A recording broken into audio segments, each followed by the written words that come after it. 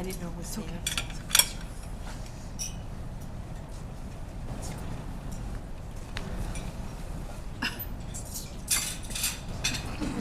It's okay. Madam Top Toastmaster, fellow Toastmasters, and fantastic guests. A long, long, long time ago, another century, that's how far it was, Aesop tells the story of Polly the milkmaid. Polly had to go into town to sell milk, and back in the day, you didn't carry milk in a container, you actually carried it on your head. You had a nice little piece to put on top, and you could walk, and Polly decided to walk to town to sell her container of milk. Well, it's funny, you could make a lot of money selling milk.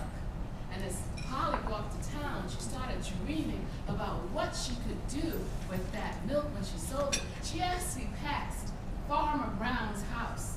He was selling chickens. And she started thinking, wow, I could buy those chickens. And with those chickens, I could have them lay eggs and I could collect their eggs. So then I would be able to sell milk and eggs. And I would become very rich. And I would buy any dress I wanted. And I would be able to go to the king's house, and when I meet him, I'd curtsy, and of course, he was daydreaming, and the milk container crashed to the ground. There was all the money, there was everything, it was gone. And poor little Polly had to walk back home dejected. And the moral of the story was, it's twofold.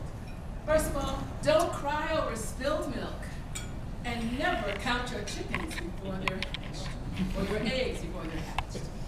This was a phrase that became a family motto through the ages. Never, it actually said never count your chickens before they're hatched. Never count your chickens before they're hatched. Well, it turned out that Polly's ancestors, each generation followed that, and they became wealthy. But guess what? Milk and eggs.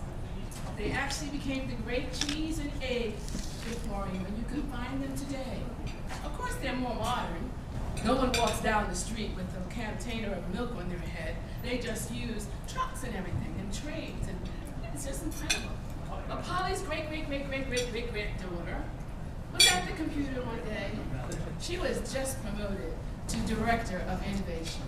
And she was thinking on her computer, what am I going to do? And she started to dream, what would my great ancestor Polly do? And she started thinking. And she said, well, we have egg and cheese. What new thing can I add? Ham. But no one wants eggs, cheese, and ham. And she kept thinking and thinking, and she said, spam. Because eggs, cheese, and spam, you can put them in cans, and now we can put them on planes, and we can be the people who serve breakfast on planes. And she typed and typed and typed, and she was so excited, and she said, yes! And you have to understand, when she said yes, everybody there at the company always had a glass of milk. She just knocked the glass of milk right on top of the keyboard, and she's trying to clean up all the milk. Unfortunately, as she's banging on the keys, she's keep hitting send, send, send. And of course, as she's banging on the keys, all sorts of gibberish starts coming up, which look like curse words. And as she's hitting and hitting and hitting, this little message went repeatedly all around the global emporium for the egg and cheese people. And they kept on saying, we're getting spam, spam, spam, look, it's coming from Polly, Polly. They had to escort poor Polly off the premises. But since she was a family member, she didn't really get fired. They just put her on a vacation. So now there's a new moral to the story. It's always never cry over spilled milk, okay? But they came up with a new phrase at the company. It is better to blog than to spam.